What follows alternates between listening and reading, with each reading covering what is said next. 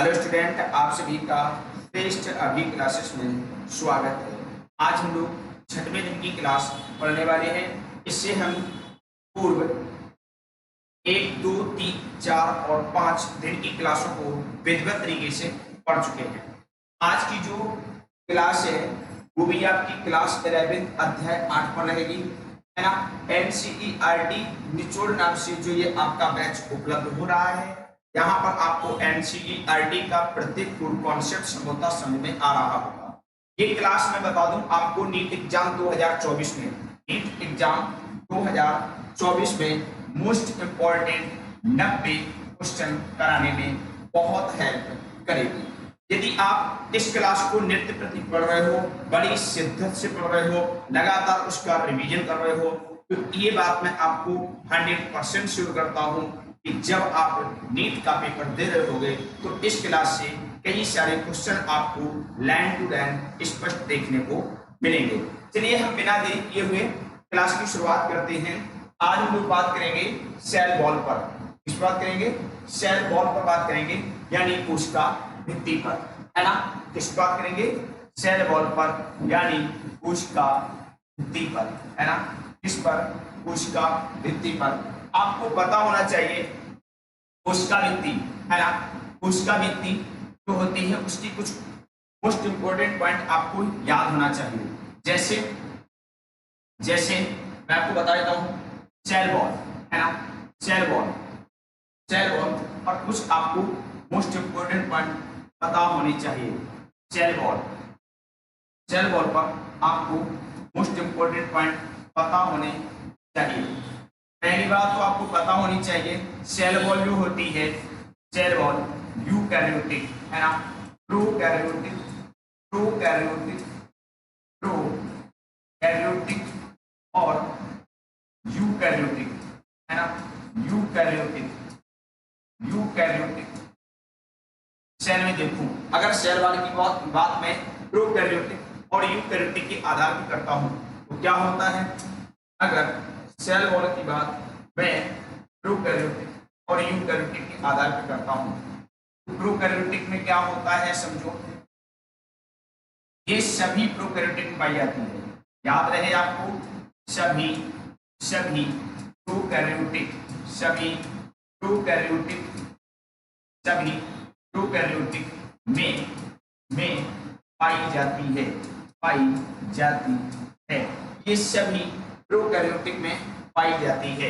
लेकिन अगर मैं यूकैरियोटिक के आधार पर बात करता हूँ, यूकैरियोटिक के आधार पर बात करता हूँ तो ये पादप, पादप, कवक और प्रोटिस्टा, प्रोटिस्टा में देखने को मिलती है, देखने को मिलती है ना। ये बात आपको अच्छे से पता होना चाहिए, है ना। सेल वॉल जो है, अगर प्रोकैरियोटिक की बात करूं तो सभी प्रोकैरियोटिक पाई जाती है। लेकिन अगर मैं यूकैरियोटिक की बात करूं तो पादप, कवक और प्रोटिस्टा में देखने को मिलती है। प्रोकैरियोटिक को किस किंगडम में रखा गया है? आप बोलोगे मोडेरा में। इसमें रखा गया है मोडेरा में। तो मोडेरा में आने वाली सभी जीवों में आपको प्रोकैरियोटिक सेल जीव कहलाते हैं, है ना। प्रोकैरियोटिक सेल के अंतर्गत ये जीव आते हैं। तो मोएडा में आने वाली सभी जीवों के पास आपको सेल वॉल देखने को मिल जाएगी। लेकिन अगर मैं यूकैरियोटिक के आधार पर बात करूं तो पादप, कवक और प्रोटिस्टा में सेल वॉल देखने को मिलेगी, प्रोटिस्टा में सेल वॉल देखने को मिलेगी। किंतु जंतुओं में, है ना, जंतुओं में, जंतुओं में सेल वॉल, जंतुओं में सेल वॉल नहीं होती है, जंतुओं में सेल वॉल नहीं होती है। ये पॉइंट आपको बहुत अच्छे से पता हो जाना चाहिए। तो यहाँ पर कह सकते हो यूकैरियोटिक में सेल वॉल हो भी सकती है और यूकैरियोटिक में सेल वॉल नहीं हो सकती है। लेकिन प्रोकैरियोटिक में आने वाले सभी जीवों के पास सेल वॉल होगी, ये तय है। चलिए देखते हैं एनसीईआरटी क्या बात करती है। एक पॉइंट आपको और पता होना चाहिए, एक बात आपको और पता होना चाहिए, यह निर्जीव आवरण है, यह निर्जीव आवरण है ना। यह कोशिका का निर्जीव आवरण है। ये कोशिका का कैसा आवरण है? आपको कहिए कोशिका का निर्जीव आवरण है। ये भी पॉइंट आपको बहुत अच्छे से पता होना चाहिए, ठीक है। ये भी पॉइंट आपको बहुत अच्छे से पता होना चाहिए। अगला पॉइंट आपको और याद होना चाहिए, ये जीव द्रव्य यानी प्रोटोप्लाज्म के संपर्क में नहीं होती है, संपर्क में नहीं होती है। ये भी पॉइंट आपको याद होना चाहिए। इसका संबंध सीधे प्रोटोप्लाज्म से नहीं होता है, इसका संबंध सीधे प्रोटोप्लाज्म से नहीं होता है। एक पॉइंट आपको और पता होना चाहिए, सेल वॉल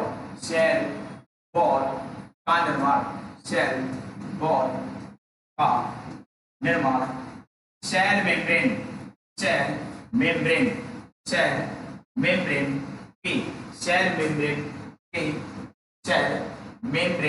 के बाहर की तरफ होता है, बाहर की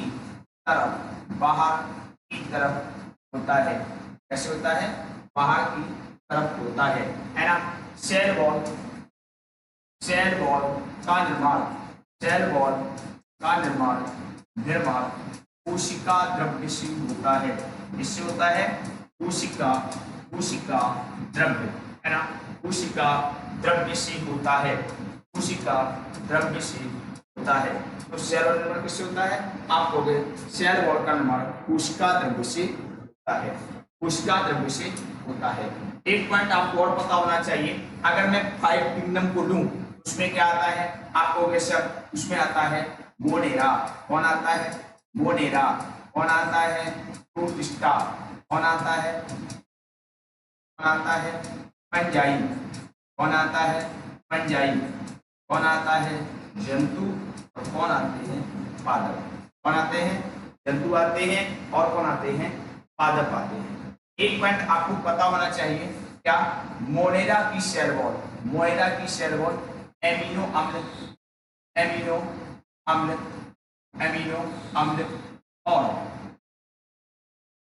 एमिनो अम्ल और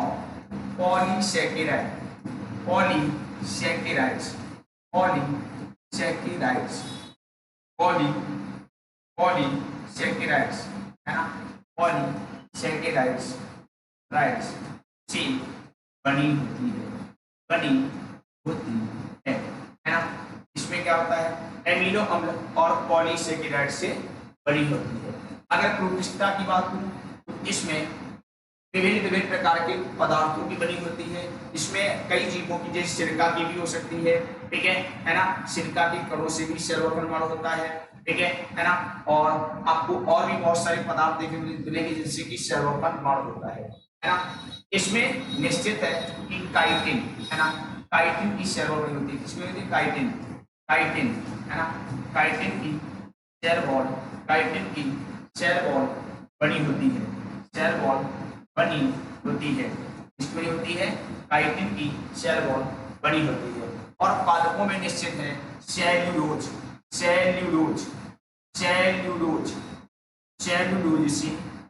बनी होती है। इससे बनी होती है सेल्यूलोज से बनी होती है। लेकिन जंतुओं में यानी इसमें सेल वॉल नहीं पाई जाती है,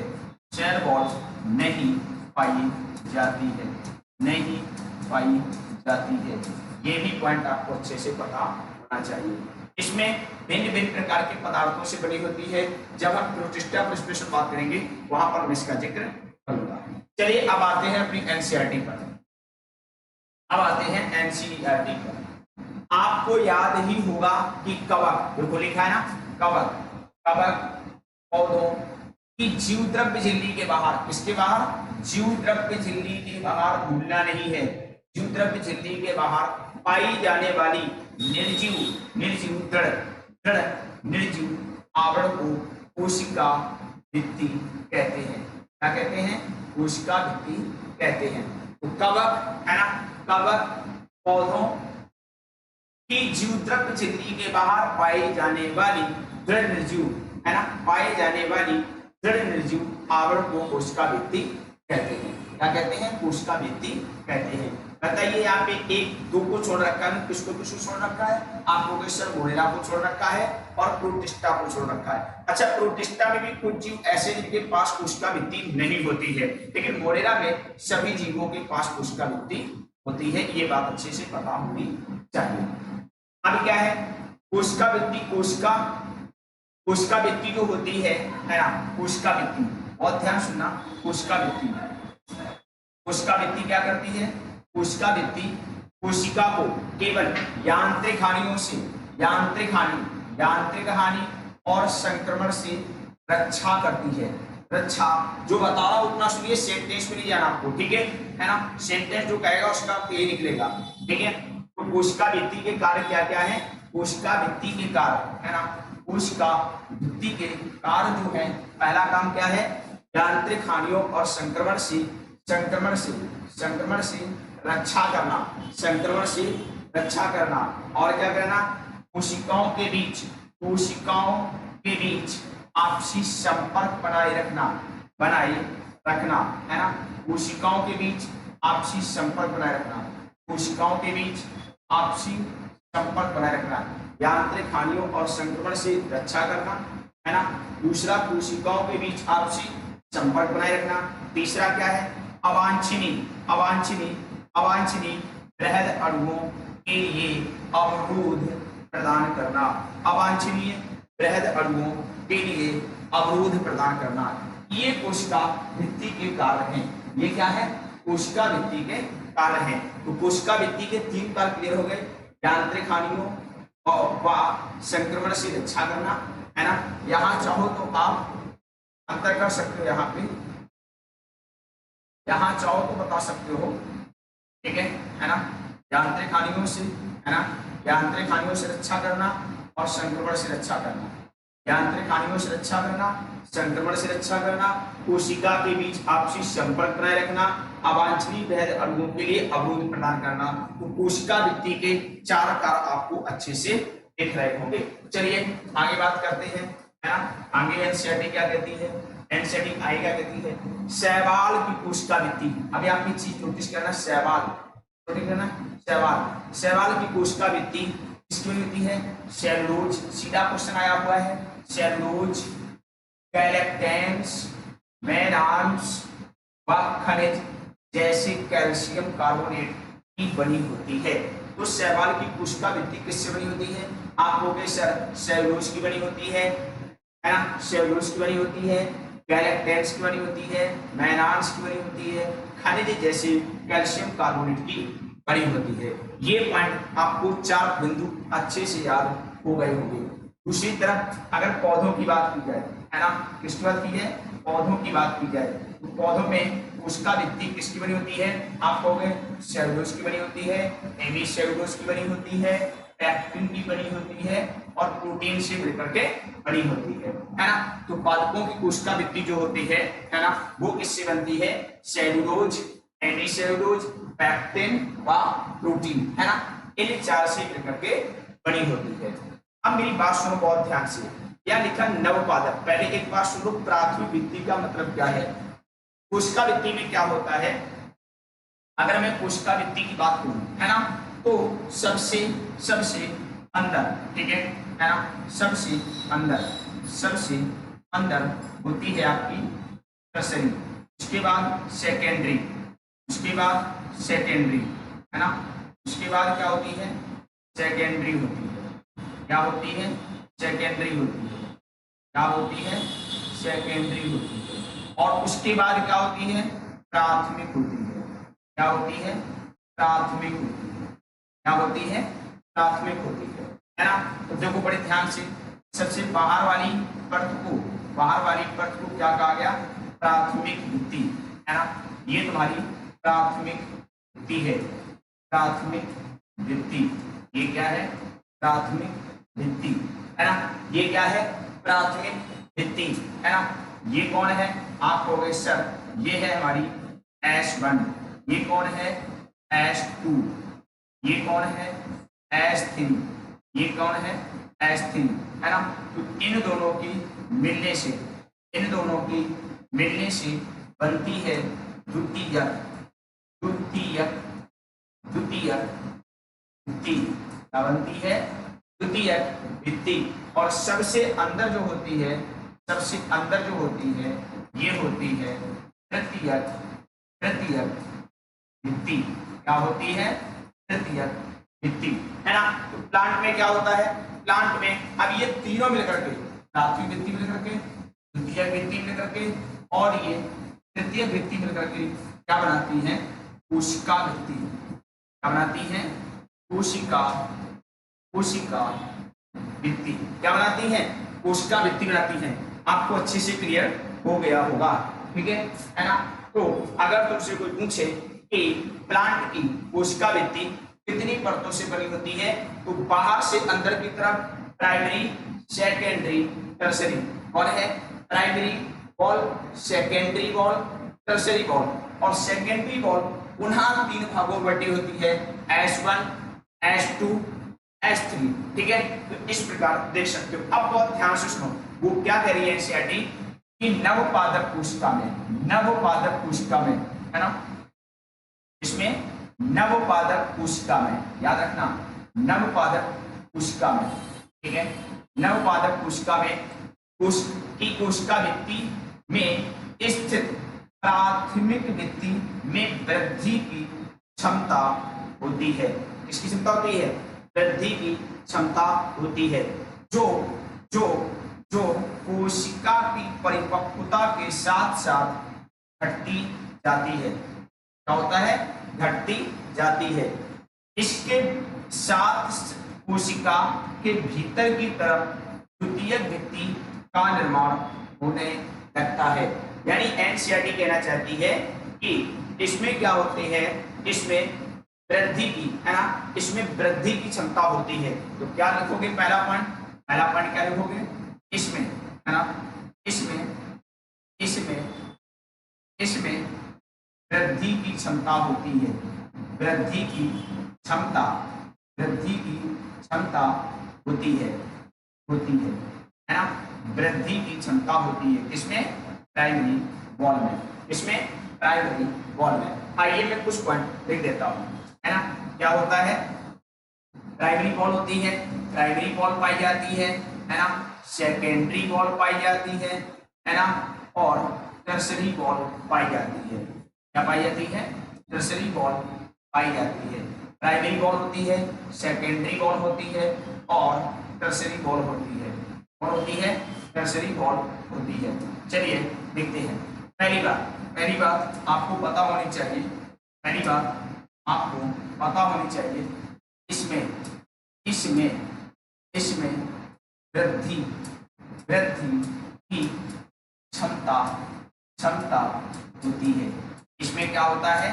इसमें वृद्धि की क्षमता होती है, जो आयु बढ़ने के साथ साथ जो है ना, जो आयु बढ़ने के साथ साथ जो आयु बढ़ने के साथ साथ बढ़ने के साथ साथ घटती चली जाती है ना। इसमें क्या होता है? इसमें वृद्धि की क्षमता होती है जो आयु बढ़ने के साथ साथ घटती चली जाती है। अगला पॉइंट क्या है? अगला पॉइंट क्या है? इसमें लचीलापन पाया जाता है। इसमें लचीलापन पाया जाता है। इसमें लचीलापन पाया जाता है। अगला पॉइंट यह है सबसे बाहरी वॉल होती है। बाहरी वॉल होती है। यह सबसे बाहरी वॉल होती है। ये भी पॉइंट पता होना चाहिए। यह सबसे बाहरी वॉल होती है। अगला पॉइंट आपको पता होना चाहिए। यह सबसे बाहरी वॉल होती है ना। यह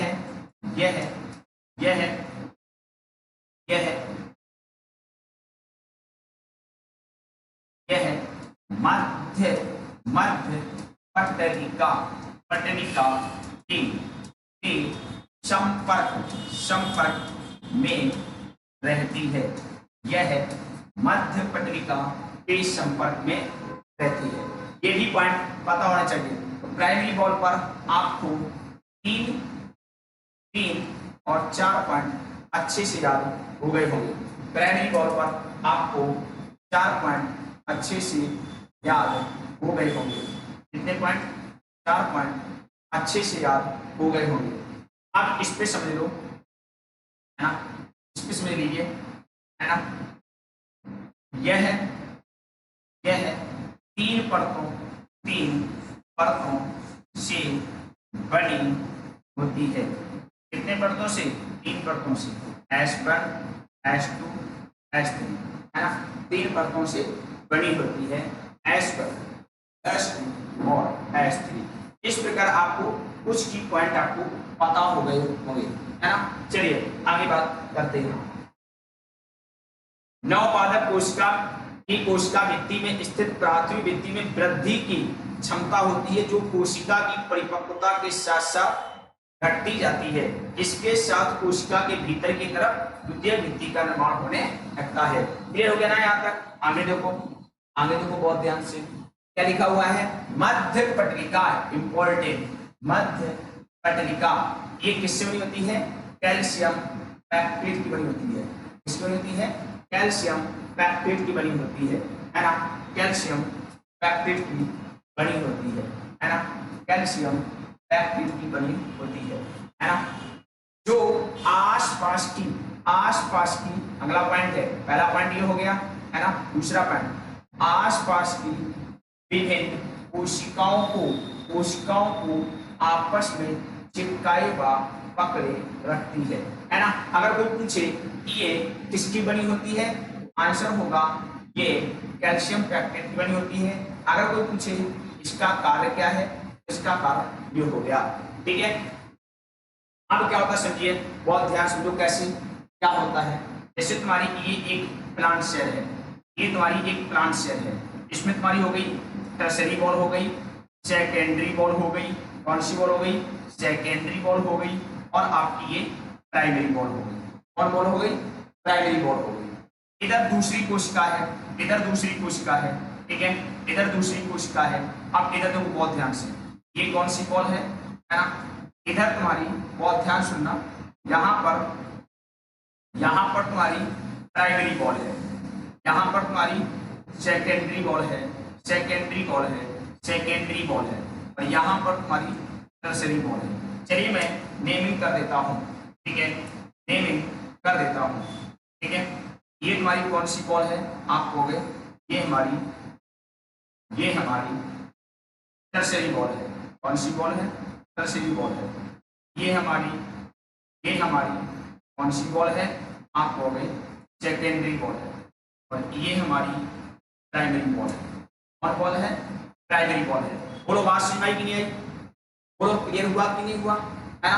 अब इधर देखो बहुत ध्यान से, ये हमारी कौन है? बहुत ध्यान से देखना। अब हमारी ये वाली प्राइमरी बॉल है। क्या है? प्राइमरी बॉल है ना। ये हमारी, है ना, ये हमारी सेकेंडरी बॉल है। कौन बॉल है? सेकेंडरी बॉल है। और ये हमारी टर्सरी बॉल है। कौन सी बॉल है? टर्सरी बॉल है। अब देखना बहुत ध्यान से, है ना। एक कोशिका हमारी ये हो गई, ठीक है, एक कोशिका हमारी ये हो गई, है ना। एक कोशिका ये हो गई, एक कोशिका ये हो गई।